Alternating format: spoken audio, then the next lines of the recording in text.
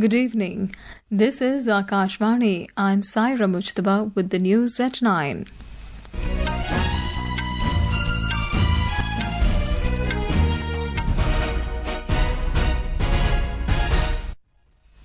The headlines.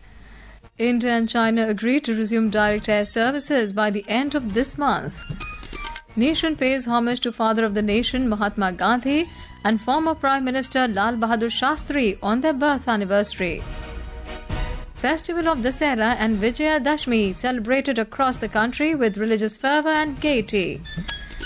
In Chhattisgarh, 103 Maoists surrender before security forces in Bijapur district today. National Dhanwantari Ayurveda Awards 2025 conferred on Professor Banwari Lal Gaur, Vaidya Neelakandhan Mooss E.T and Vaidya Bhavana Prasher for their contribution in the field. And in Ahmedabad Test Cricket, India were 121 for 2 at stumps against West Indies on day 1.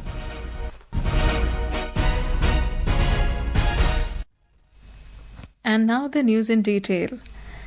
India and China have agreed to resume direct air services connecting designated points in both the countries by the end of this month.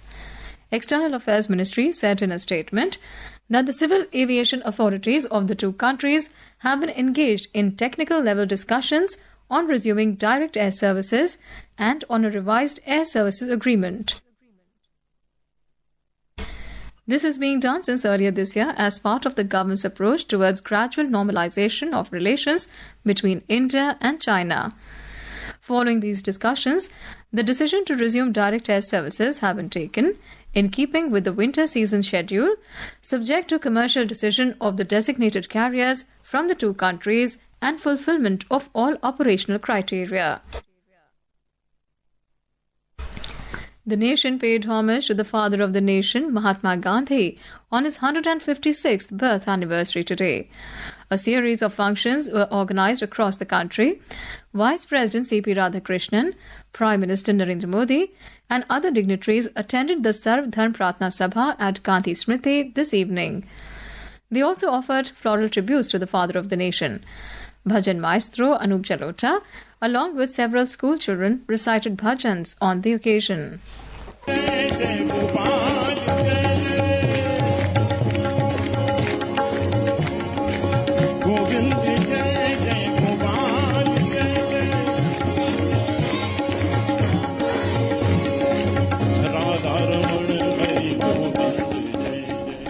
In the morning, the President, Vice President and Prime Minister paid floral tributes to Mahatma Gandhi at Rajghat. Tributes have also poured in from across the world. The nation also remembered former Prime Minister Lal Bahadur Shastri on his birth anniversary today. Paying tribute to Shastri ji on his 121st birth anniversary, Mr. Modi said that Lal Bahadur Shastri was an extraordinary statesman whose integrity, humility and determination had strengthened the nation even in challenging times. The festivals of Vijaya Dashmi and Dussehra were celebrated across the country today. Dussehra commemorates Lord Ram's victory over Ravan, symbolizing the triumph of good over evil, while Vijaya Dashmi marks the conclusion of Navratri and Durga Puja, celebrating Goddess Durga's victory over the demon Mahishasur. In Delhi, Dussehra was celebrated with great pomp and show, with effigies of Ravan, Kumbhakarn and Meghnad burnt in almost every locality. The main celebration of Ravan Dahan was held at Red Fort, with President Draupadi Murmu attending the Dussehra celebrations. Organized by the Love Kush Ram Leela Committee, this event drew celebrities, politicians and crowds from across the city. Devotees and tourists flocked to witness the spectacular fireworks and Ram Leela performances held in different parts of the city. However, rain played spoil sport and cast a shadow on the celebrations. Suparna Saikia, Akashvani News, Delhi. On the occasion of Vijaya Dashmi, the closing dates for the 4 holy shrines in Uttarakhand were announced today. Our correspondent reports that this year, the Kedarnath temple will close for the winter season on 23rd of October and Badrinath Dham on the 25th of November. A report. President of the Sri Badri Kedar Temple Committee, Hemant Dwivedi, stated today that the Kedarnath temple will be closed for the devotees from the auspicious day of Bhaiya Dooj. According to the official announcement, the Gangotri temple located in the Uttarkashi district will be closed for the winters on October 22nd, while the Yamunotri temple will be closed from October 23rd. Meanwhile, the Chardham Yatra is continuing with great enthusiasm in its final phase. Since April 30th this year, more than 4.5 million devotees have visited the Chardham shrines. Sakshi Singh, Akashvani News, Dehradun. Meanwhile, in Punjab, the state police have adopted a unique way to celebrate the festival of Dussehra while raising public awareness about the drug menace. We have more from our correspondent. In an out-of-the-box initiative to spread awareness against drugs, a demon which is eating out lives of many youngsters in Punjab, the Jalandhar Police Commissionerate had installed a fourth effigy of this social evil along with the effigies of Ravana, Meghnad and Kumbhkarna at some places in the city. Named as Nashya da Rakshas, means demon of drugs, it has been burned with a message to stop use of drugs. This initiative also conveys the message of Punjab's fight against this menace. Rajesh Bali, Akashvani News, Jalandhar. In West Bengal, the festival of Vijaya Dashmi concluded with the immersion of idols in rivers or other water bodies, following the rituals of Sindoor Khela and Dhanuchi Nach. Various other ceremonies are also performed before the idols are immersed. In our special series, Seva Parb, today we bring to you how the Modi government has showcased India's unwavering commitment to national security, military strength and excellence in indigenous technology through Operation Sindoor.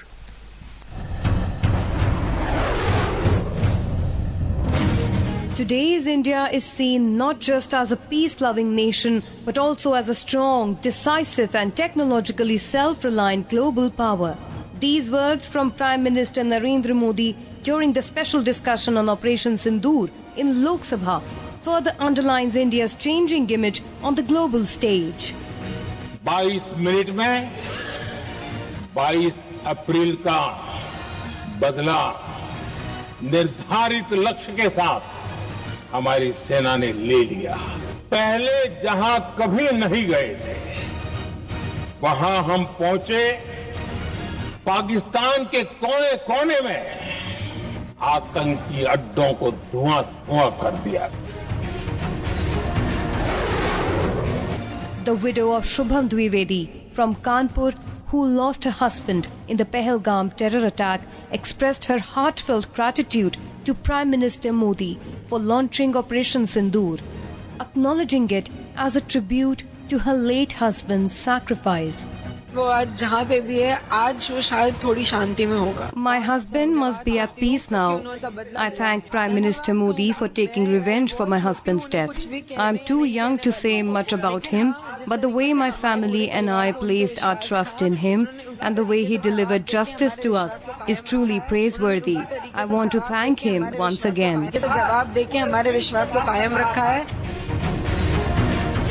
Operation Sindoor not only demonstrated India's military and technological strength, but it showcased a new form of justice.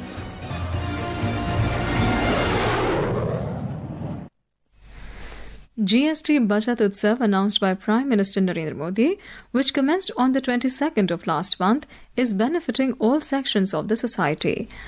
The next generation GST reforms represent a significant step towards simplifying India's indirect tax system. The reforms are bringing substantial relief to citizens by reducing the tax rate on various goods and services. Today, we are presenting a report on the GST cut on the tourism sector. Under the next generation GST reforms, the government has introduced major GST rationalization measures to make India's tourism sector more affordable, promote the use of public transport, and support artisans and cultural industries. The GST rate on hotel rooms priced below 7,500 per day has been reduced from 12% to 5%. These lower GST rates will make hotels cheaper for middle class and budget travelers and enhance India's appeal to international visitors. Similarly, to boost India's cultural heritage, the GST on artware and sculptures has been brought down to 5%. Along with this, the tax on buses with a seating capacity of more than 10% has been slashed down to 18% from the earlier 28%. This move encourages public transport use, which helps reduce traffic and pollution. These GST cuts are a strategic initiative by the government to boost India's tourism and cultural sector. The tax reductions will make travel more affordable, support local artisans, and promote the hospitality infrastructure.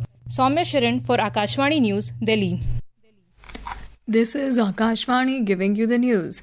For quick news updates round the clock, follow us on our X handle at AI News Alerts. And for details of these stories and more, log on to our website www.newsonair.gov.in and download the News on AIR app. Welcome back. You're listening to News at 9. In Chhattisgarh, 103 Maoists, including 23 women, surrendered before the security forces in Bijapur district today. Out of these, 49 Maoists carried a combined reward of over 1 crore 6 lakh rupees on their heads. Under the state government's rehabilitation policy, each surrendered Maoist was given an incentive amount of 50,000 rupees. With this, a total of 410 Maoists have surrendered in the district so far this year. Union Minister for Electronics and Information Technology Ashwini Vaishnav today inaugurated National Institute of Electronics and Information Technology or NIELIT and National Digital University NDU platform in New Delhi. The platform is designed to democratize access to high-quality digital education. Speaking to media after the launch, the minister informed that NIELIT will offer industry-oriented courses aimed at enhancing employability. The Ministry of Ayush has conferred the National Dhanwantari Ayurveda Awards 2025 to Professor Banwari Lal Gaur, Vaidya Neelakandhan Mooss E.T. and Vaidya Bhavana Prasher, recognizing the outstanding contributions to the field of Ayurveda across academic, traditional and scientific domains. In a statement, the Ministry of Ayush said that these awards celebrate individuals who have made impactful contributions to the promotion, preservation and advancement of Ayurveda. Padma Vibhushan vocalist and a towering figure in Hindustani classical music, Pandit Channu Lal Mishra died this morning in Mirzapur, Uttar Pradesh, after a prolonged illness. He was 89. More from our correspondent. Born in Azamgarh in 1936, Channu Lal Mishra grew up to be a doyen of Hindustani classical music, contributing immensely to such styles of the form as Khayal, Thumri, Dadra, Chaiti, Kajri and Bhajans. Mishra received music training from his father Badri Prasad Mishra as well as Ustad Abdul Ghani Khan of Kirana Gharana and Thakur Jaidev Singh. He was conferred with Padma Vibhushan in 2020 and Padma Bhushan in 2010. Sushil Chandra Tiwari, Akashvani News, Lucknow. In Madhya Pradesh, 10 people have died after a tractor trolley carrying 14 devotees fell off a small bridge into the Abna River in Jamli village of Khandwa district today.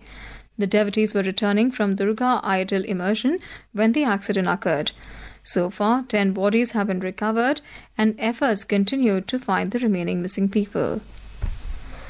On to sports now. In cricket, India were 121 for 2 at stumps on day 1 of their first innings against West Indies in the first test of the 2-match series at the Narendra Modi Stadium in Ahmedabad.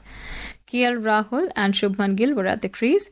Yashasvi Jaiswal made 36 and Sai Sudarshan was out for 7. Earlier, the West Indies electing to bat first were all out for 162. India Meteorological Department IMD has issued a red colour warning for very heavy to extremely heavy rainfall over Bihar tomorrow. The Met Department also forecast heavy to very heavy rainfall in Assam, Meghalaya, Chhattisgarh, East Madhya Pradesh, East UP, Jharkhand, Orissa, Sikkim and West Bengal tomorrow. And now, before we end the bulletin, the headlines once again. India and China agreed to resume direct air services by the end of this month. Nation pays homage to Father of the Nation Mahatma Gandhi and former Prime Minister Lal Bahadur Shashtri on their birth anniversary. Festival of Dussehra and Vijaya Dashmi celebrated across the country with religious fervor and gaiety. In Chhattisgarh, 103 Maoists surrender before the security forces in Bijapur district today. National Dhanwantari Ayurveda Awards 2025 conferred on Professor Banwari Lal Gaur, Vaidya Neelakandhan Mooss E.T and Vaidya Bhavana Prasher for their contribution in the field. And in Ahmedabad Test Cricket, India were 121 for 2 at stumps against West Indies on day 1. For details of these stories and more, log on to our website www.newsonair.gov.in and News on AR app. That's all in the news at 9. Good night.